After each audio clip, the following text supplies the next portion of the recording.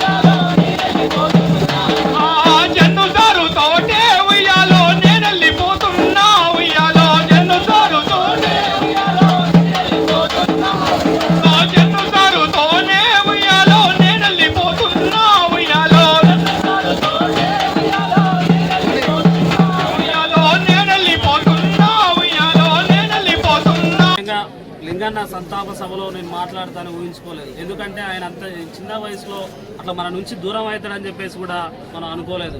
కాబట్టి లింగన్న దూరం కావడం అనేది ఈ యొక్క ప్రజా ఉద్యమాలకు కావచ్చు, ప్రజాస్వామ్య పోరాటాలకు కూడా తీరని లోటుగా మేము భావిస్తూ ఉన్నాం.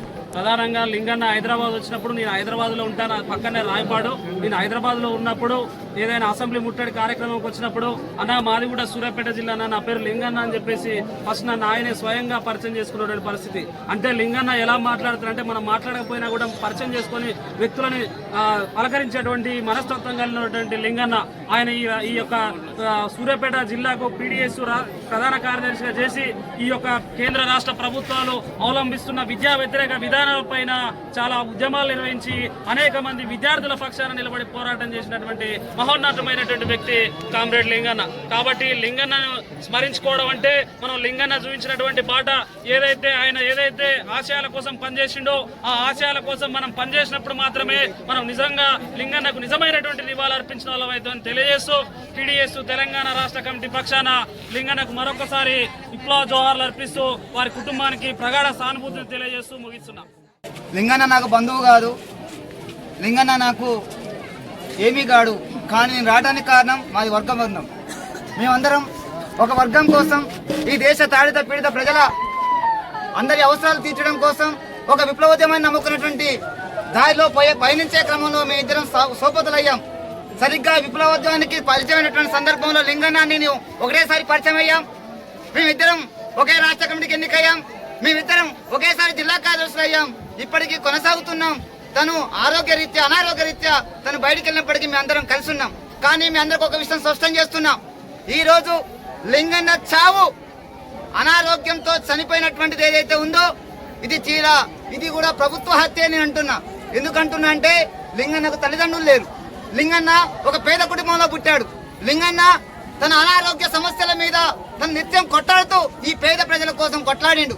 కానీ ఈ లింగన్నకు సరైనటువంటి పౌష్టికాహారం, ఈ లింగన్నకు సరైనటువంటి వసతులు ఈ ప్రభుత్వాలు కల్పించదలుచుకుంటే లింగన్న లాంటి అనేక మంది ఈ రోజు మరణించేటువంటి పరిస్థితి, పిన్న వయసులో మరణించేవారు ఉండరు అని చెప్పేసి కలలు కన్నటువంటి సమాజమే తను కొట్లాడడం, మేము కొట్లాడుతున్నాం, ఆ పైన పోతున్నాం. ఇంకొక విషయం మేము ముందు తీసుకురాదలుచుకున్నాం. కామ్రేడ్ లింగన్న మేము ఖమ్మం వరంగల్ జిల్లాలో ఏరియా కమిటీ పరిధిలో పనిచేస్తున్న మాకు ప్రతి నెలకు 2 సార్లు ఫోన్ చేసేవాడు. నాకు నిత్యం ఆనాడు అక్కడ జరుగుతున్న దాడుల మీద, అక్కడ జరుగుతున్న పోలీసు క్యాంపుల మీద, అక్కడ దళాల మీద జరిగేటువంటి దాడుల మీద నిత్యం నాతో సంఘర్షించేవాడు, నాతో మాట్లాడేటువంటి వాడు. ఎందుకు చెప్తున్నానంటే లింగన్న నమ్ముకున్న ఎర్ర జెండా కాదు, ఎర్ర జెండాల విప్లవోద్యమాన్ని నమ్ముకున్నాడు, ప్రతిఘట్ట పోరాటాన్ని నమ్ముకున్నాడు. విప్లవోద్యమంలో గోదావరి ప్రయోగ ప్రాంతంలో ఉన్నటువంటి నక్సల్బరీ పోరాటానికి వారసుగా ఉండదలుచుకున్నాడు. ఆ రాజకీయాలు ఎంచుకున్నాడు. ఎర్ర జెండాలు అనేక రకాల ఎర్ర జెండాలు ఉన్నాయి, కానీ ఈనాడు లింగన్న ఎంచుకున్నటువంటి మార్గం భారత విప్లవోద్యమానికి సరైన మార్గం. కామ్రేడ్ చంద్ర పుల్లారెడ్డి ఏదైతే ప్రతిఘట్ట పోరాట పందా నిర్మించాడో ఆ పందాలు పయనించదలుచుకున్నాడు కాబట్టి లింగన్న ఈ రోజు ఉన్నత స్థాయికి వెళ్ళాడు. లింగన్న మరణం ఈ రోజు ఆశామాషానికి కాదు. కామ్రేడ్ లింగన్న రేపటి భవిష్యత్తు తరానికి మాలాంటి నాయకులు, మా తరం నాయకులు, రేపటి తరం నాయకులు అందరికీ కూడా లింగన్న మార్గదర్శకుగా ఉంటాడు. లింగన్న ఉద్యమం రేపటి తరం స్మరించుకుంటది, స్ఫూర్తిదాయంగా తీసుకుంటది. తను చిన్న వయసులో చనిపోయాడు అనేటువంటిది ఏదైతే ఉందో నిజంగా బాధాకరం. మా వయసులో ఉన్నటువంటి లింగన్న చనిపోవడం బాధాకరం. నిన్న వార్త తెలిసిన కాడ నుంచి కుమిలి కుమిలి కడుపులో అనేకమైనటువంటి బాధ వస్తుంది. కానీ మేము ఉంచిన నినాదం పొత్తుకుందాం కలెక్టర్ని, ఎత్తుకుందాం ఎర్ర జెండా అన్నట్టు ఏదైతే ఉందో ఆ ఎర్ర జెండా ఎప్పుడైనా ఔన్నత్యంగా ఉంటది. ఆ ఎర్ర జెండాలో లింగన్న నవ్వులు ఎప్పుడూ ఉంటాయి. లింగన్న లాంటి సౌమ్యుడు, మృదు స్వభావి, ఇక రాడు దొరకడు అనేటువంటి విషయాన్ని నేను స్పష్టం చేస్తూ అలాంటి స్నేహితుడు కూడా దొరుకుతాడా లేదని చెప్పేసి కూడా మదన పడుతున్నా. లింగన్న గురించి చాలా మాట్లాడుతుంది. తప్పకుండా రాస్తాం, లింగన్న చరిత్రను రాస్తాం. లింగన్న ఏ ఉద్యమాన్ని, లింగన్న ఏ రాజకీయాల ముందు తీసుకుపోయాడో ఆ రాజకీయాల్లో తుది కంట కొనసాగుతున్న విషయాన్ని స్పష్టం చేస్తూ లాల్ సలాం కామ్రేడ్ లింగన్న, లాల్ సలాం కామ్రేడ్ లింగన్న, జోహార్ కామ్రేడ్ లింగన్నకు. విప్లవ జోహార్. కామ్రేడ్ లింగన్న బాల్యం అంతా కూడా ఇక్కడ ప్రజలకు తెలుసు. తన ఉన్నత చదువుల కోసం సూర్యాపేట వస్తే అప్పుడు మాకు దగ్గరైంది. అదంతా కూడా ఒక వర్గ సంబంధం. అదంతా మాదేమి రక్త సంబంధం కాదు, అదంతా వర్గ సంబంధం.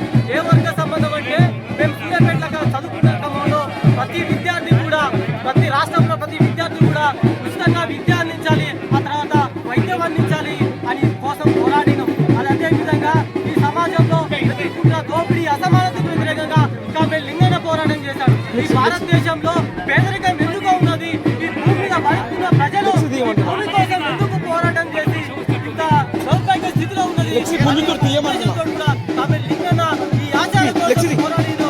ఈ ఆశయాలు ఎంత లింగన్న ఉన్నాయో ఆ ఆశయాల కోసం మేమంతా కూడా తుది కంటే వరకు కూడా పోరాడుతూ తెలియజేస్తూ మరొకసారి కామ్రేడ్ లింగన్నకి జోహార్. కామ్రేడ్ విషాదకరమైనది ఈ విద్యార్థి ఉద్యమానికి.